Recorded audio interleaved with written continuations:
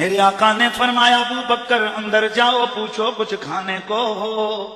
بڑھیا کہنے لگی آئے میرے مہمان کریم گھر میں کچھ بھی نہیں، قحط سالی ہے، کھانا ہم نے کیا کھانا، بکریوں کا ریوڑ رکھا ہوا ہے، شام کو جو اس کا محدود سا دودھ ملتا ہے، میں اور میرا خامد اس گھر میں اکیلے رہتے ہیں، بس وہی دودھ ہمارا گزارا ہوتا ہے، ابھی وہ سارا ریوڑ چلنے کے لیے گیا ہے، کھانے کے لیے کچھ بھی موجود نہیں ہے۔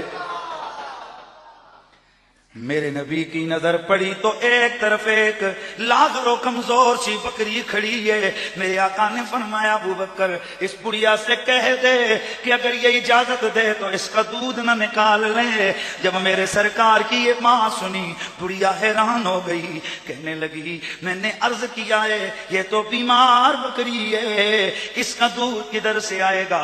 آج یہ ریوڑ کے ساتھ اس لیے نہیں جا سکی کہ یہ بیمار تھی۔ میرا وجدان کہتا ہے وہ نا نا،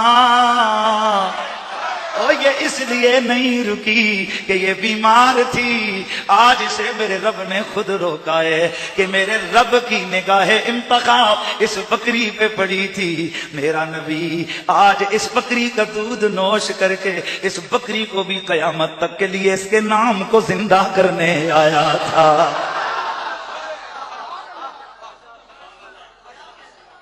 میری آقا نے فرمایا ابو بکر کہہ دے اس بڑھیا سے اگر اجازت دیتی ہے تو ہم دودھ دو لیتے ہیں۔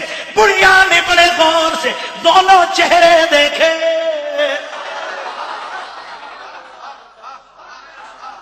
کچھ سوچ کے اندر گئی، اندر جا کر لکڑی کا بڑا سا پیالہ لے کے آئی، کہنے لگی لیجئے اس میں دو لیجئے دودھ۔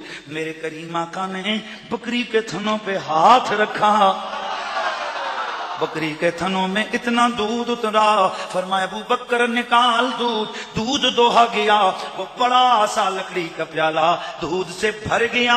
میرے آقا نے خود پیا، میرے آقا نے صدیق اکبر کو پلایا، باقی اسی طرح لبالب بھرا ہوا پیالہ میرے آقا چھوڑ کے وہاں سے رخصت ہو گئے۔ شام ہوئی، اس بڑھیا کا نام ام معبد، اس کے خامد کا نام ابو معبد۔ شام ہوئی، وہ ایک گھر والا واپس آیا، وہ بابا جی واپس آئے، گھر میں دیکھا اتنا بڑا دودھ کا پیالہ بھرا ہے، حیران ہو گئے، پوچھنے لگے او بڑھیا او ام معبد یہ کدھر سے لے کے آئی ہے؟ کہنے لگی سونا کہیں اور سے نہیں، اسی بکری کا دودھ میں نے نکالا ہے۔ اللہ اکبر۔ ابو معبد کہنے لگے بڑھیا یہ کیسے ممکن ہے؟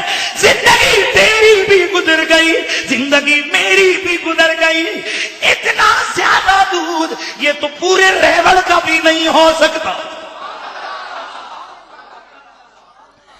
اس قحط سالی کے دور میں اتنا زیادہ دودھ یہ تو کسی ریوڑ کبھی نہیں ہو سکتا، تو کیسے کہتی ہے؟ کہا سونا یہ میں نے نہیں نکالا، وہ دو کریم آئے تھے وہ میرے گھر پہ کرم کر کے چلے گئے۔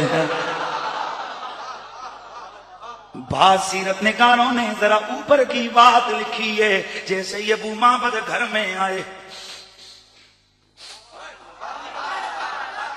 ادھر ادھر خوشبو محسوس کرنے لگے، بڑھیا سے پوچھتے گئے وہ یہ سونا اتنی سونی خوشبو کدھر سے پھیلائی ہے؟ بڑھیا جواب دیتی ہے سردار یہ میں نے نہیں پھیلائی، بس ایک سونا ماجبی ادھر سے گزرا تھا، میرے گھر کو بھی نور بنا کے چلا گیا ہے۔